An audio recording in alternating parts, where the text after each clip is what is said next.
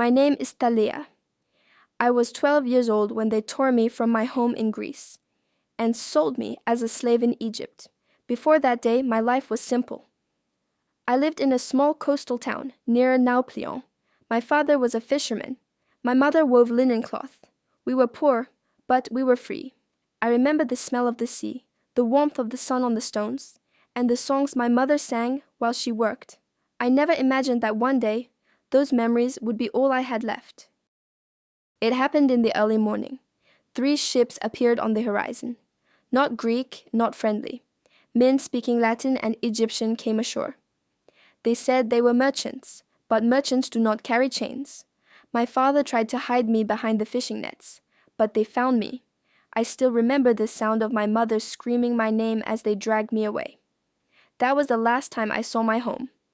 They put us on a ship crowded with other children and women. Some were from Greece, others from Syria. We were all afraid. The sea was rough. The nights were cold. Some children cried until their voices disappeared. Others stared at the waves in silence, as if hoping the sea would swallow them instead. I held onto a small seashell my father had given me. It was the only thing they didn't take. When we reached Alexandria, I thought the gods had abandoned us. The city was enormous, louder, brighter, and harsher than anything I had ever seen. Roman soldiers walked everywhere. Merchants shouted in Greek, Latin, and Egyptian. The smell of spices mixed with the smell of animals and smoke. We were taken to a market, not to buy food, but to be sold.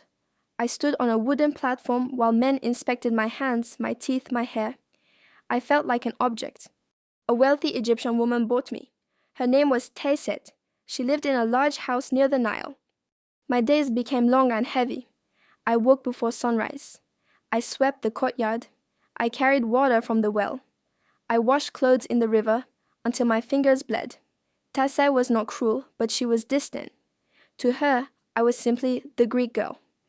The other slaves taught me Egyptian words. They told me how to avoid angering the overseer. They told me to never look a Roman officer in the eyes. At night, I slept on a mat near the kitchen. I often dreamed of Greece, but every morning Egypt reminded me that dreams were dangerous.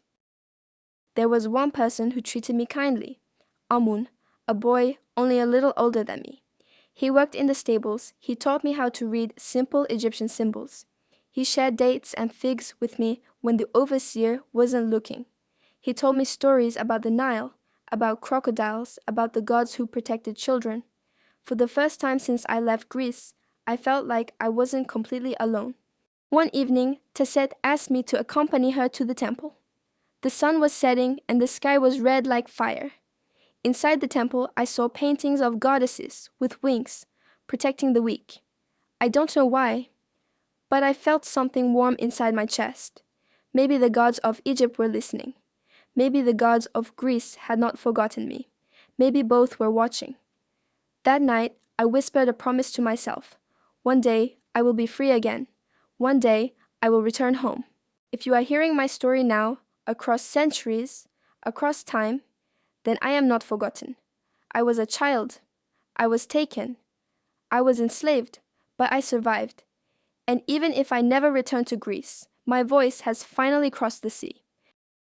And so my story became one of thousands, a single voice among countless children taken, forgotten, erased by time. But if you are hearing me now, then I am not forgotten anymore. My name is Thalia. I was 12 years old. I lived and worked under the Roman Empire in Egypt, and this was my story. If her story moved you, there are many more waiting to be told. This was only the beginning.